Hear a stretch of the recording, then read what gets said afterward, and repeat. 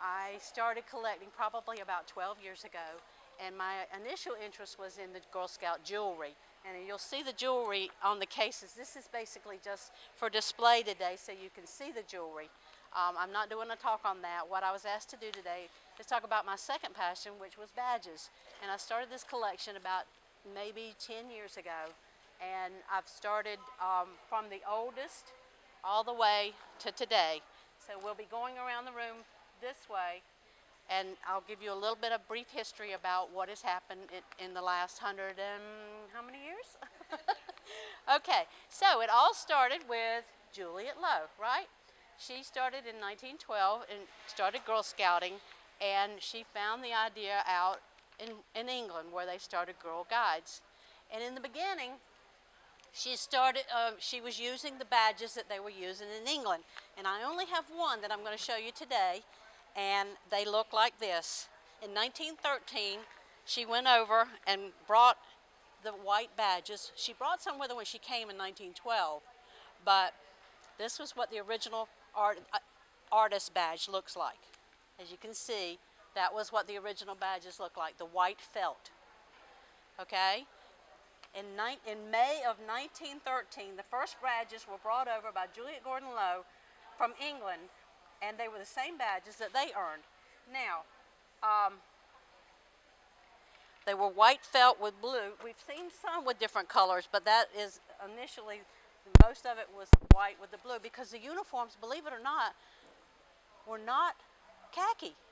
Guess what the original uniforms were? They were blue. They were a mix between a royal blue and a navy blue. And so she made the badges. The badges looked a lot like the color of the uniform. And you'll find that out today, that the badges, basically the background fabric always matched the uniforms up until about the 1980. So well, I'll show you, I'll point that out as we go. So in June of 18, the badges changed to khaki, because apparently khaki was really popular back in 1918. But what do the cadets and seniors wear today? Khaki. So a lot of the colors come around and go around, and at one time the cadets wore the blue, a lot the same color as the original blue. So we see a lot of the same colors, only a little variation difference. But over here is the khaki display of badges. As you can see, I'll point this out many times today. Now, in 1918, they were made with a twill fabric with black stitching. The first badges were cut square with a thick outer ring. By December, the same badges were produced with a narrower ring. I don't have the narrower ring, but as you can see, the ring here was very thick. So that was one of the first ones made in 1918. By 1990, listen to this one, this breaks my heart, ladies. In 1919, there were 5,728 white felt badges still in stock in the GSUSA stockroom. They destroyed them. What year was that? 1918, when they switched over to the khaki fabric, the white felt background was obsolete because everything had changed over. So they decided that that was no longer necessary, so they threw them out. And I'm thinking like, oh my goodness. It just broke my heart. By 1920, the number of badges increased to 47 of the khaki badges. Now, I by any means don't have all of them here, but I have a good example. Now, the fabrics changed quite a bit in the 20s because of World War I. A lot of the khaki fabric was used because of the uniforms for the servicemen. So they couldn't get the different fabrics. I'm going to pass this around, let you look at it. There was different fabrics that they had to resort to, and one of them was called right here, the cinnamon twill, and then they had to go to olive drab, and then you can see here the coarse khaki. That gives you an example of all the three different fabrics that they had to use during World War I. So in 19 is whenever the change came about, when they changed from khaki over to green. So really, we weren't green until 1928. Everybody thinks of Girl Scouts as green and it's associated, but it didn't actually come into play until about 1928. we switched over to the gray-green fabrics right here. And this is just about a complete set of the badges that were around in the 1928. This was called the gray-green fabric to match the uniforms, and the dark green embroidery were the black wings, and the other colors remain the same. As you can see in the piece, there was some color. So whenever the center figure of the badge stayed the same, but they changed the outer ring to go with the green background fabric. So remember that, the green fabric. It's gonna get kind of past these hard, but if you want to look at them, you're more than welcome to. So let me see where I am. The badges were cut from square to round, and you can see an example of the different ways that they were cut. Now, you see here today, some of the old uniforms will have some either round badges sewn on them, or they'll have square. Girls, do you know where they used to wear them? They didn't have sashes back then. They wore them on the sleeve of their uniform. So if you look around today, there's an old uniform over there that you might want to look at, where the badges are actually sewn on the sleeves.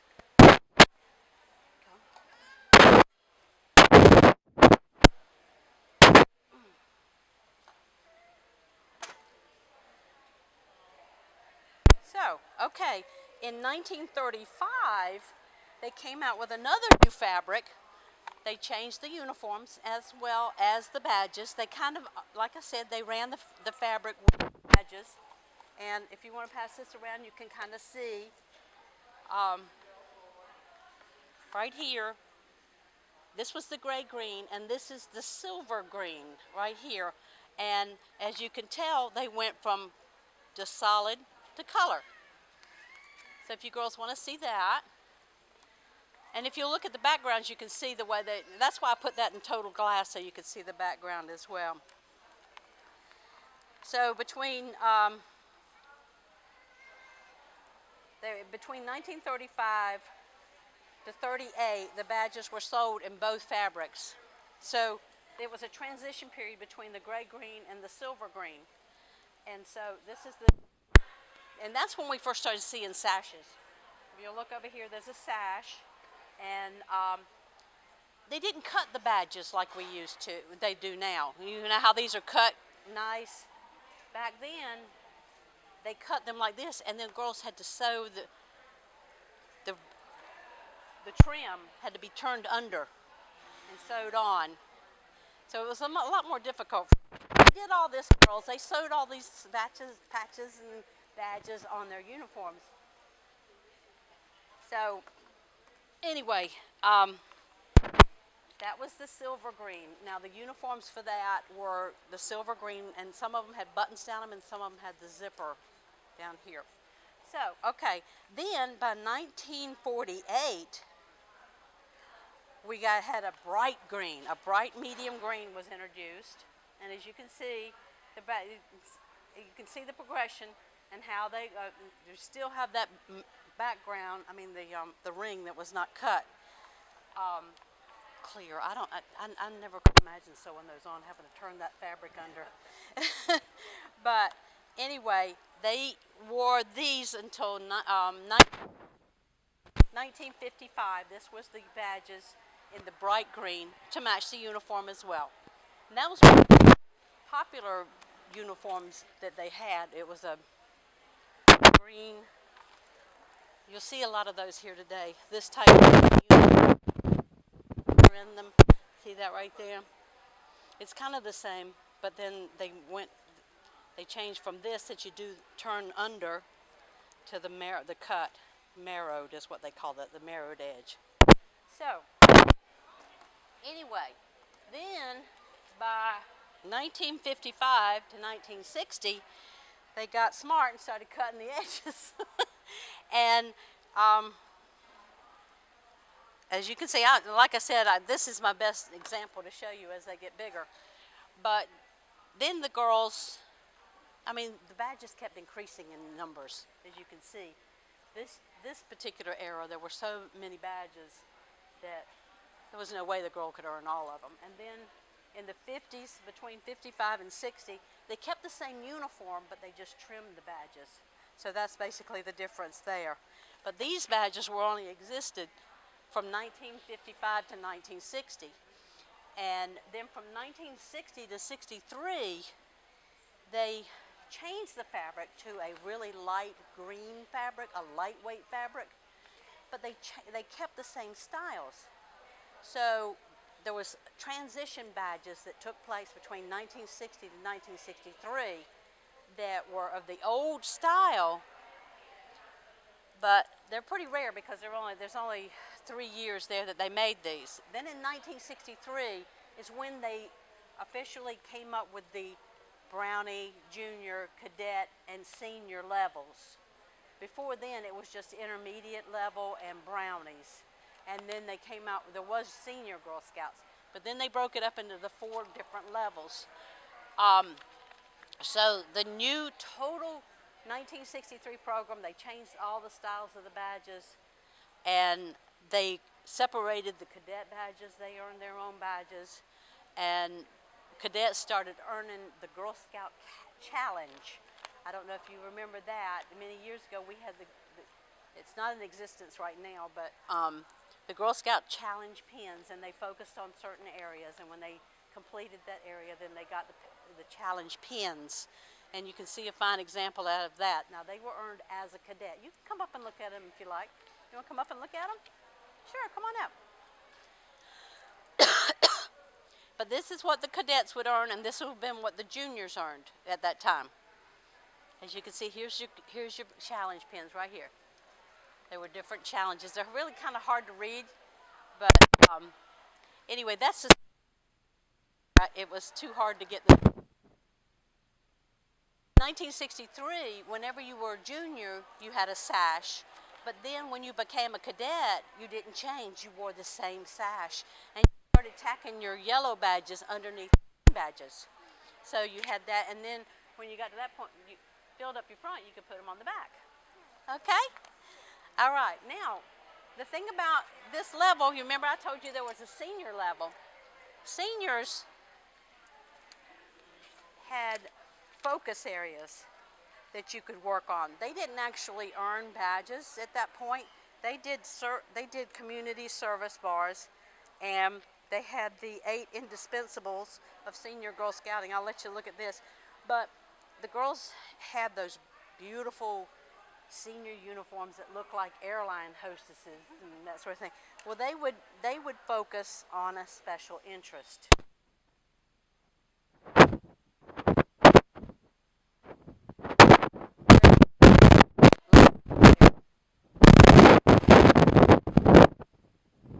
Just mount sort of thing they could, or if they wanted to be married, that's where they actually.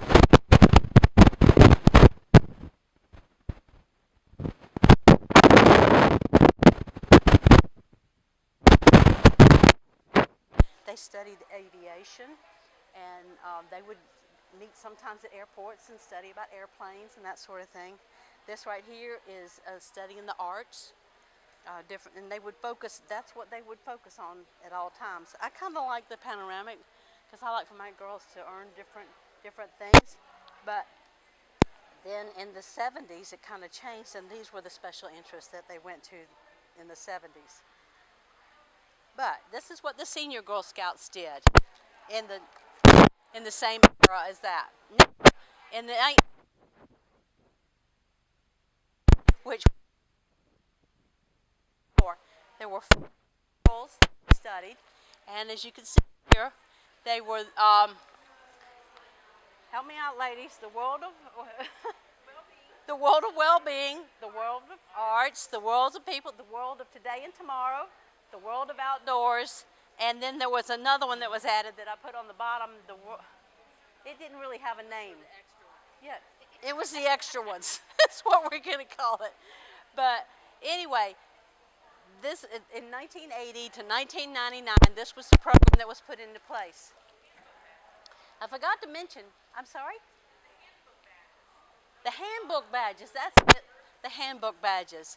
So anyway, I forgot to mention a little earlier that before 1980, what did the Brownie Scouts do? Anybody have any idea? They just did fun activities.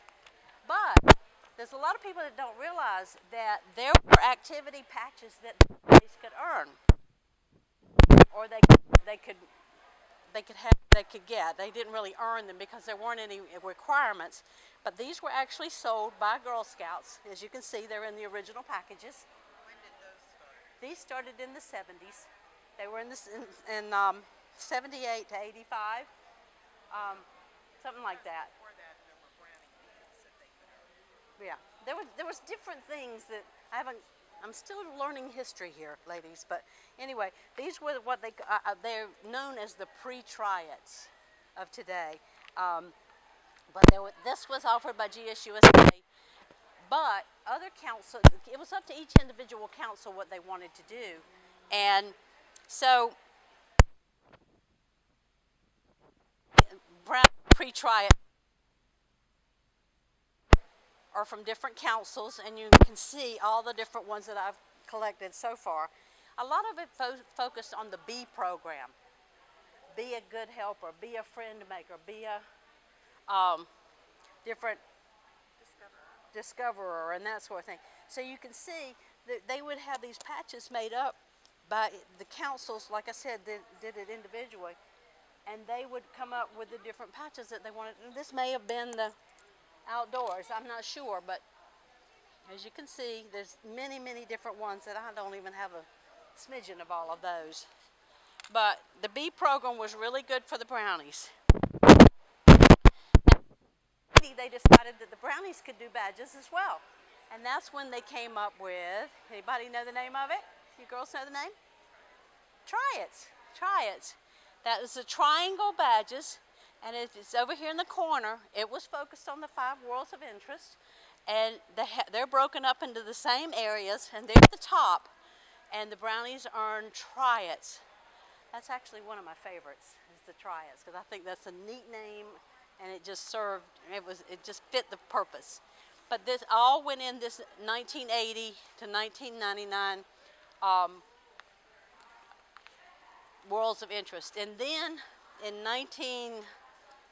2000, I think it was, 2000, they decided that they were going to kind of phase out the worlds of interest and then just make all the badges in the different fabrics to match the uniforms. And as you notice, in 1980, they stopped making the badges to match the uniforms. They just went with a solid white background or a solid green background or a tan background. But that's right in here is where they quit trying to make them match the uniforms. Then in 2000, they just decided to go with the green borders to match the uniform. And in the Brownies, they then in the interest project patches for the girls, this was interesting. A lot of them were the green to match the not green, sorry, blue. They were to match the uniform, but then they started coming out with all these different colors, and as you can see, it started just matching the badge as what they called the interest project patches at the time. So anyway, as you can see, the different interest here, I've got the names of everything if you're interested in anything. And then sometime, I forget exactly,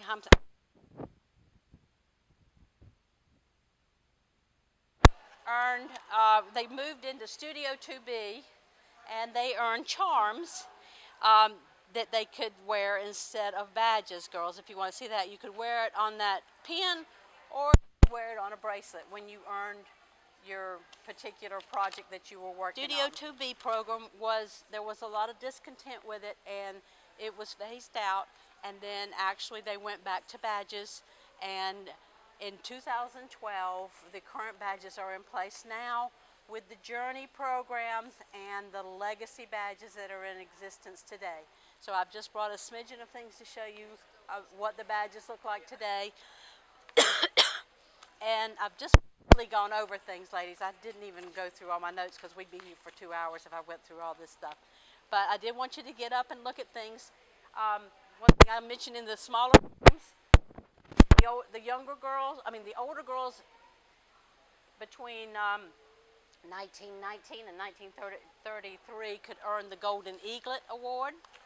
As you can see here, here's a sample of the Golden Eaglet. This is the highest award that a girl could earn in Girl Scouting. And then they went to the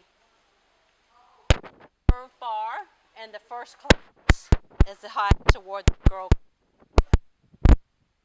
was in existence many, many years.